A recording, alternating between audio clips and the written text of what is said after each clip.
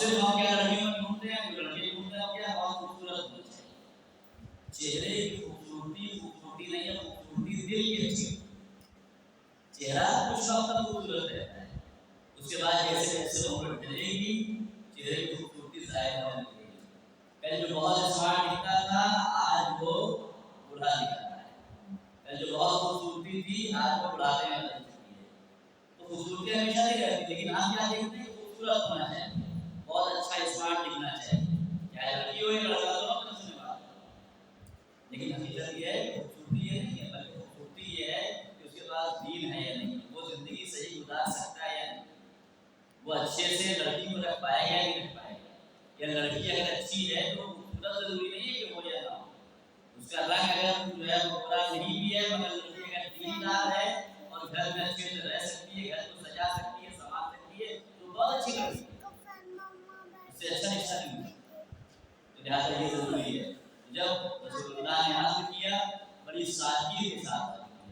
آج یہ جو آج کی تاریخ میں مجھے یہ خیال ہوا، کل شام میں جب میں نے دیکھنا شروع کیا کہ ماشاء اللہ ہر شیعہ کی پروفائل میں مولا علی کے عقد کے سلسلے سے کوئی نہ کوئی امیج، کوئی نہ کوئی میسج، کوئی مبارکباد ضرور ہے، سب نے اسٹیٹس پہ لگایا ہے۔ میرا دل کیا کہ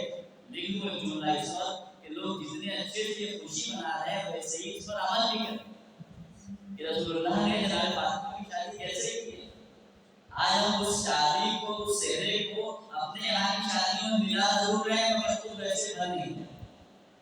ویسے بننے کی کوشش ہم کریں، ملاتے کیسے ہیں تاکہ وہ اگر ہمارے یہاں شادی ہو رہی ہے تو سہرا پڑا جا رہا ہے، رخصتی ہو رہی ہے تو شادی کی رخصتی پڑی جا رہی ہے، علی کے ساتھ ہے زہرا کی شادی،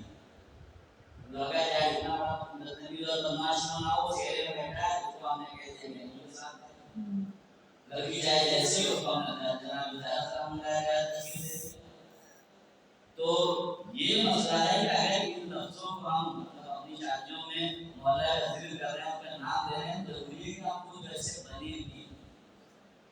مولا علی نے تو جہیز مانگا تھا اور رسول اللہ نے بہت جہیز دیا ہے، آج بتا دیے کون بنا جہیز کی شادی کرے گا؟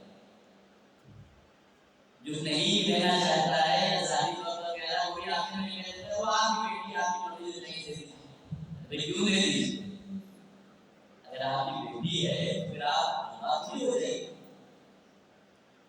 اور میں خود اس بات کا میں نے تجربہ اور تجزیہ کے لیے بتا رہا ہوں کہ شادیوں میں اگر ہمارے بیجا اسراف کم ہو جائیں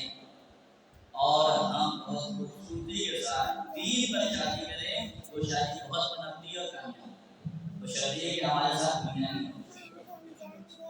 بہت ہی مختصر میں کریں جو طریقہ ہے۔ آج کیا ہے کہ اگر بارات میں فلاں کو نہیں دے گئے تو ناراض ہو گئے، ان کو نہیں دے گئے تو ناراض ہو گئے، اور پھر اس کے بعد وہ بیچارہ جو لڑکی والا ہے اس نے کہا کہ جو ہے 50 براتی آئیں گے، ہم نے کہا نہیں ہمارے 150 ہی آئیں گے، اس سے کم نہیں ہو سکتے، ایک آدمی زیادہ ہو جائیں گے۔ یہ کیا ہے؟ یہ آپ کو کھانا اگر کھلانے کا شوق ہے تو اپنے یہاں غریبیں نہیں کھلائیے، غریب کیا کہ لوگوں کو کیوں لے کے جائیں گے کہ جو آپ کی عزت میں اگر بعد میں اگر کمی ہوئی تو صاحب یہ کہ آپ نے انتظام اچھا نہیں ہے۔ ہم نے تو شادی ایک ہی بات کی ہے، شادی تو ایک ہی بات ہوتی ہے، تو مرنا بھی تو ایک ہی بات ہوتا ہے کہ آپ مر جائیں، شادی ایک بار ہوتی ہے سمجھ لگی کہ آپ برباد ہو جائیں ایک بار، لہٰذا اسی طریقے سے شادی کا بھی طریقہ یہ ہونا چاہیے کہ نہ لڑکے والا پریشان ہو اور نہ لڑکی والا پریشان ہو۔ اور علی کی شادی سے جو ہمیں چیزیں ملتی ہیں آج کل بہت چیزیں کرتی ہیں اور بہت سیکھنے کرتی ہیں۔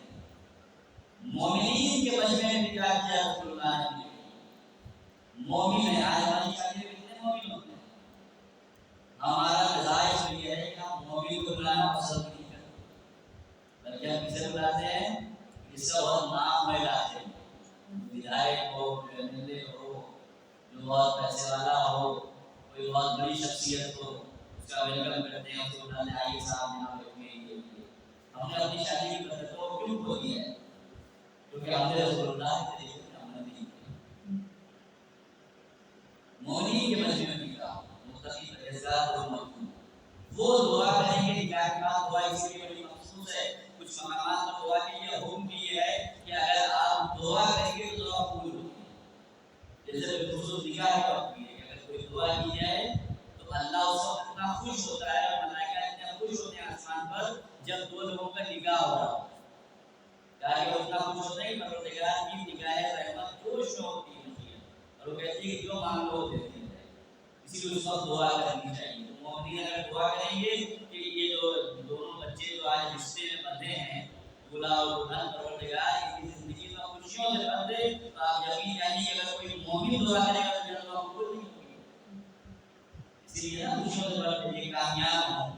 ان کی نسلیں آگے بڑھیں, یہ ہمیشہ خوش و خرم رہیں, بالکل دعا قبول.